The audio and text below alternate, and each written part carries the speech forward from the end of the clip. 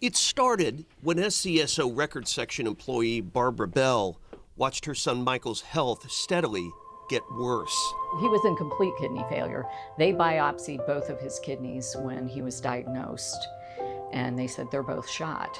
With that diagnosis, Barbara and Michael faced a long, stressful, and expensive journey. So the Seminole County Sheriff Foundation stepped in to offer financial help. So what we do is we step in day one and we help the family with any needs that they have.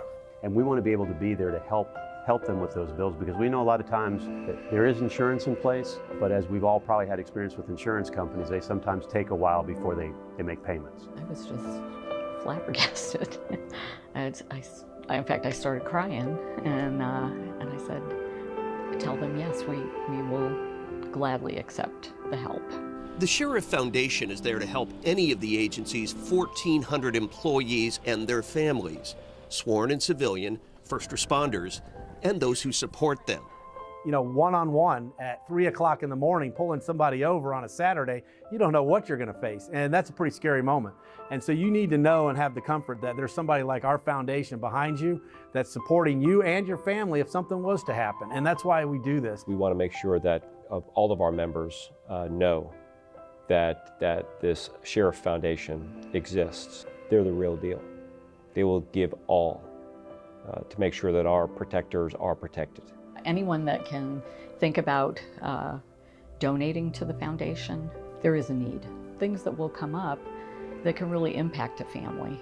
And for that, I am just so grateful for the foundation's help. The foundation is the brainchild of its founder, Don Pruitt, for personal reasons, going back to growing up in poverty. I was 8 years old, I was a street kid, and I started selling newspapers on a street corner.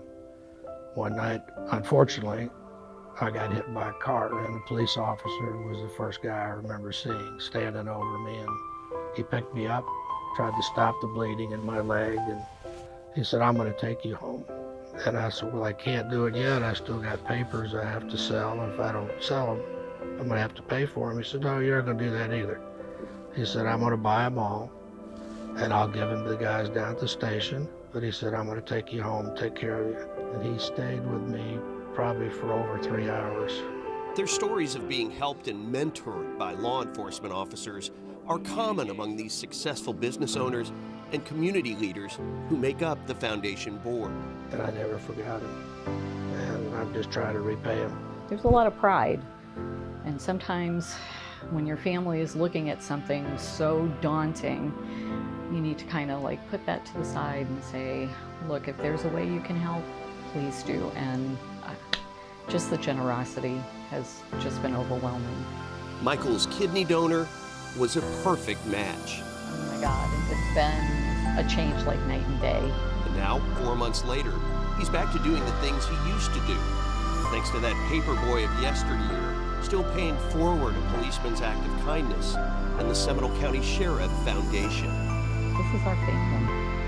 You know, the agency is our family, and we're helping each other.